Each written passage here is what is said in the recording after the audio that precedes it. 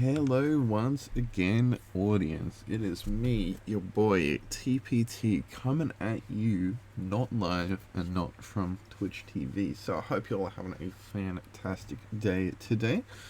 So in this video, we'll just be doing a relatively short beginner guides video. This one will actually be on the workings of coalitions. And basically how they're calculated, etc. So, before I jump into that, obviously I'm going to give my usual shout out to the EU4 Australia and the EU4 Casuals Discords. They're great places to hang out. Links will be in the description down below. EU4 Australia is obviously a pretty chill place. They typically host them in the evening. It's mainly designed for Australian players. And EU4 Casuals is both for American and Europeans, and can get hosted at a variety of times, so be sure to check them out. And as long as you stay away from the political channel, I'm sure everything will be okay. Anyway, so for this one I'm going to be using my Andalusia save. Now, you might actually recognize this save a bit. This is the same save file as my Tunis game that I was playing on stream over at twitch.tv/twinsplayteket. So, you know, if you want to get the down low on mostly on how I've got to this place, obviously I've been playing a bit off stream because we've been streaming League. I have since formed Andalusia, which has got some very sexy ideas. But either way, so this one will be on coalitions, which we do actually have one of, although it's quite a small one, and I'm currently at war with part of it. I'll explain how that works in a second. So, anyway, for a country to join a coalition, there has to be several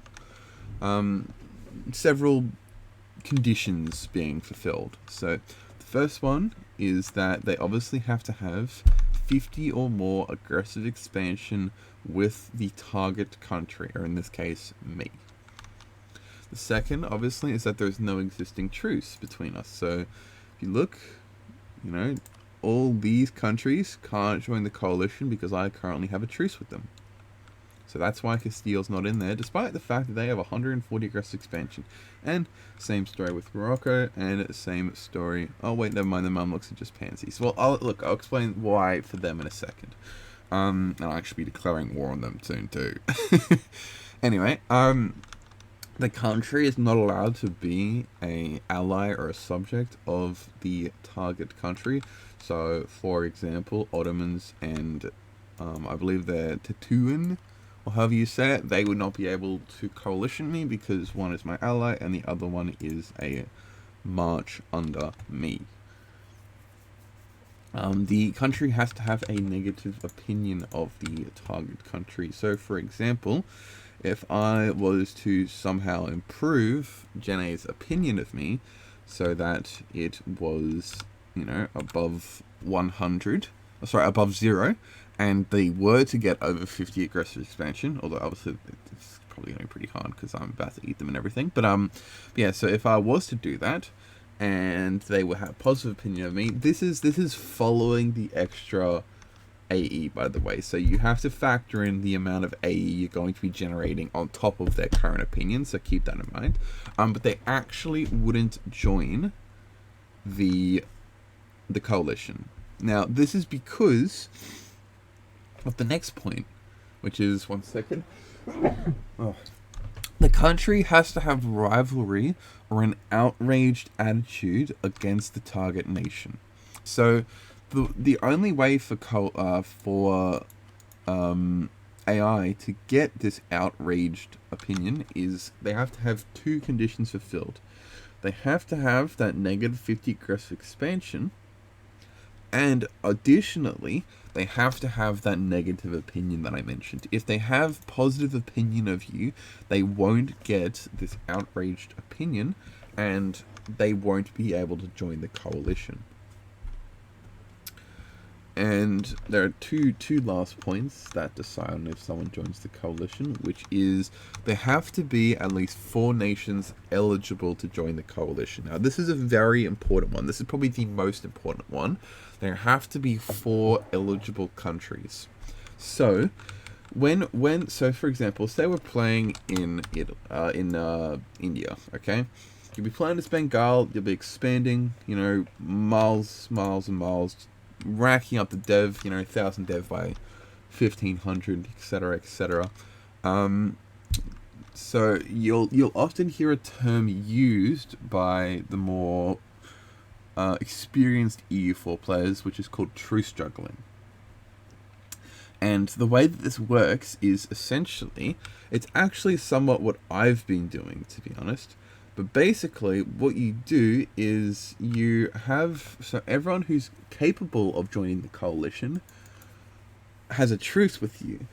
And so because of that, they're not eligible. And so even if there's one, and so what you can do is you just toggle, like you just sort of rotate between your different groups of aggressive expansion. So for example, because this is Catholic land, alright, and it's quite far away, the aggressive expansion I get up here is not going to be affecting what I get down here, and not really going to be affecting what I get down there. Now, they may get maybe 1 or 2 aggressive expansion, but frankly, it's very minimal. And so because of that, what I can do is I can declare on these guys, then when my troops are with the Mamluks, I can deck on them, and it has literally just come up. That's why I've got these troops over here. And then same with these guys, when their truce is up, I just go in on them as well.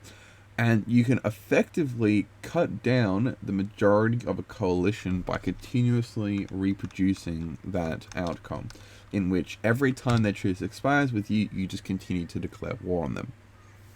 And, frankly, I have the economy and I have the manpower to be able to consistently do that. Hell, I'm not even running I'm barely running less than half my force limit, and I can still manage it. So, frankly, it shouldn't be too difficult.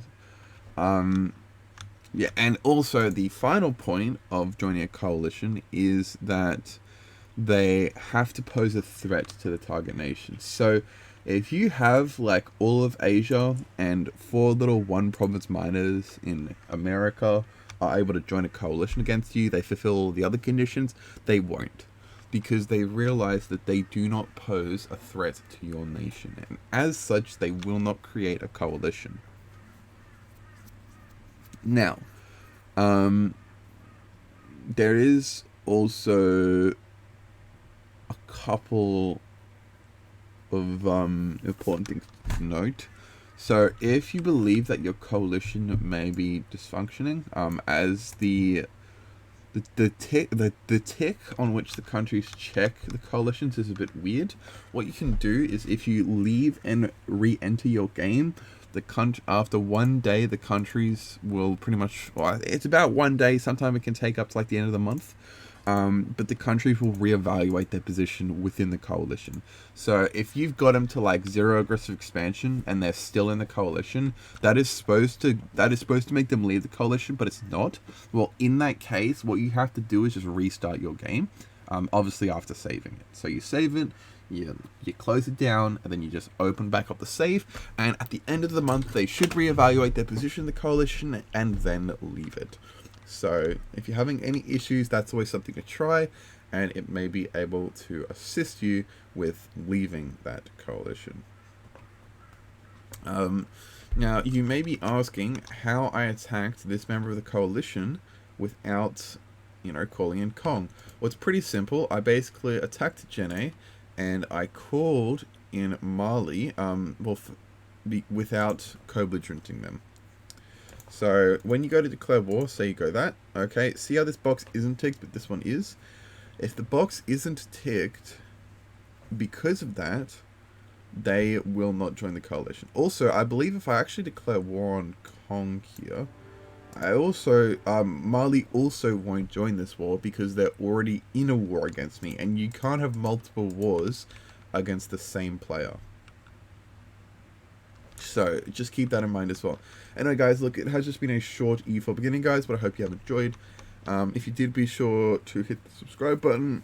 We will be beginning on our more advanced guides in the near future. And also be sure, like I said, be sure to check me out on Twitch. If you've got any questions about the guide or any of my previous ones that I've made, because I think there's about 12 or so out now, either hit me up on Discord, in my Discord server, Or, you know, like I said, just drop it a question in the Discord server. And hell, even if I'm not available to answer it straight away, there's a pretty good chance that someone else might as well. Just be sure to pick up the EU4 role so you can get access to the EU4 specific channels. Drop it in the comments section of the YouTube down below.